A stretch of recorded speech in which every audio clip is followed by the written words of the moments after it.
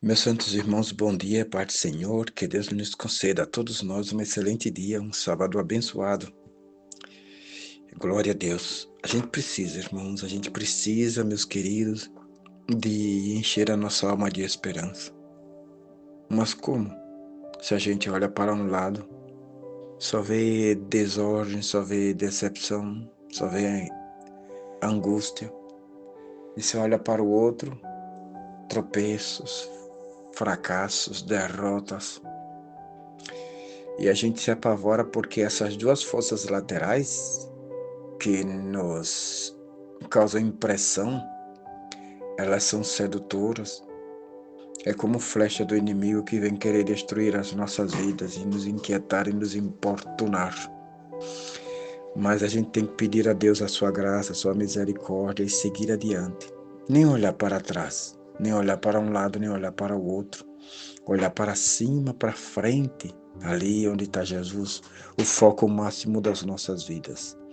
E a Bíblia é clara quando diz, olhando para Jesus, o autor e consumador da fé, o qual pelo gozo que lhe estava proposto suportou a cruz. Isso está escrito no livro, na Epístola aos Hebreus, no capítulo 12, versículo 1, 1 e 2.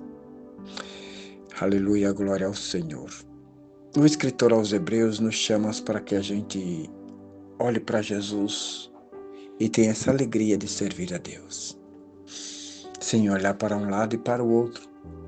Às vezes a gente olha para trás assim de modo imediato e só vê fracasso e olha que a gente não somos nada. Mas se a gente olhar de um modo mais dimensional, mais extenso, um passado mais glorioso, a gente vê os heróis da fé triunfando. Glória a Deus.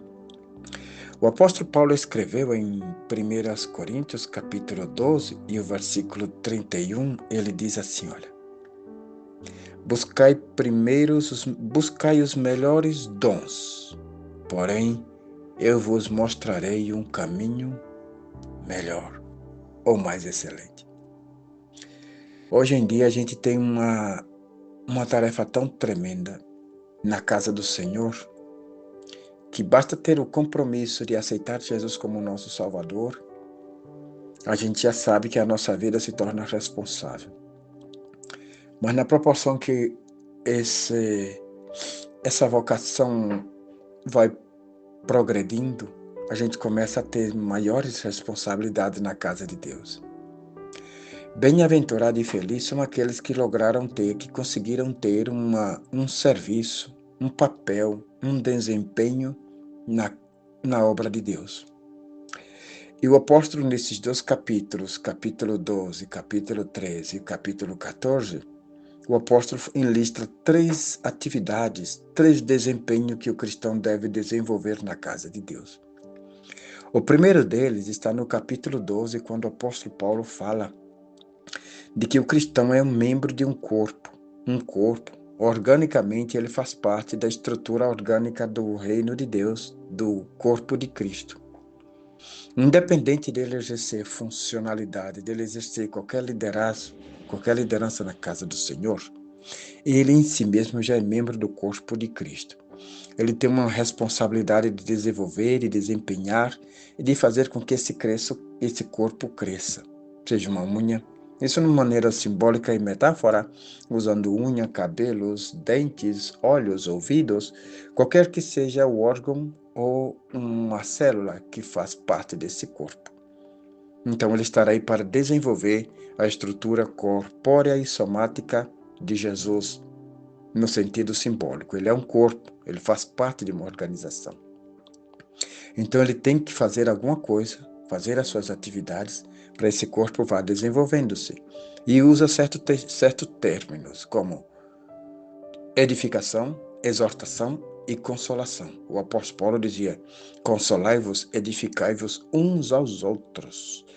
A segunda coisa que o apóstolo fala é que depois de a gente ser membros do corpo organicamente de Cristo, a gente também tem essa função de exercer um chamado na obra do Senhor. A gente chama um chamado por meio do Espírito Santo a desenvolver um dom sobrenatural, uma atividade que nos promova quando nós estamos reunindo e cultuando. Nesse momento de adoração ao Senhor, cada um de nós tem essa função chamada os dons espirituais. Glória a Deus. E cada um tem essa atividade. Uns profetizam, outros falam línguas estranhas, outros têm cura, outros têm milagres, outros pregam com sabedoria, outros pregam com ciência. E aí vai o desenvolvimento da obra do Senhor. E todo esse corpo unido canta, adora, edifica, exorta, consola e vai trabalhando mutuamente com os dons sobrenaturais do Espírito Santo. Isso é uma questão abreviada. Aí depois tem a terceira e última parte, que é os dons ministeriais.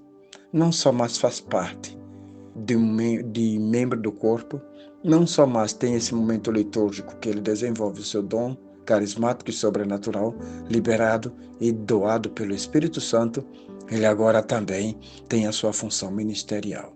Seja ministerial ou serviçal, seja diaconia, seja ou mordomia, qualquer que seja o serviço de liderança, desde os oficiais aos não oficiais, ele está exercendo sob a direção do Espírito Santo.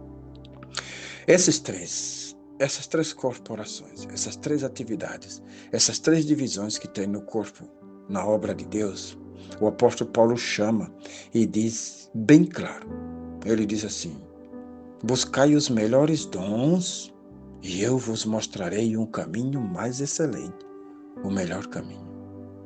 Sem essa proposta do apóstolo Paulo, todos nós exerceríamos essas atividades na casa do Senhor, de modo racional, de modo emotivo, de modo lógico, de modo assim de aparente, superficial, nas melhores condições que a gente achar mais correto.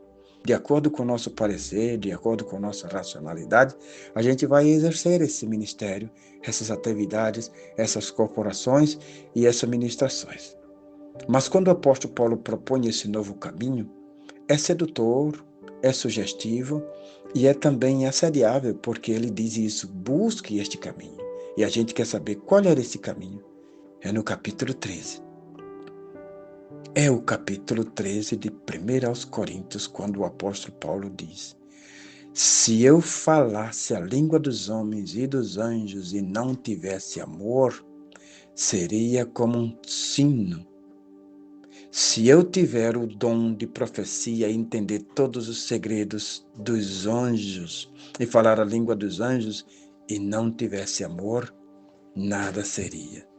Se eu tivesse poder de mover montanhas e não tivesse amor, nada seria.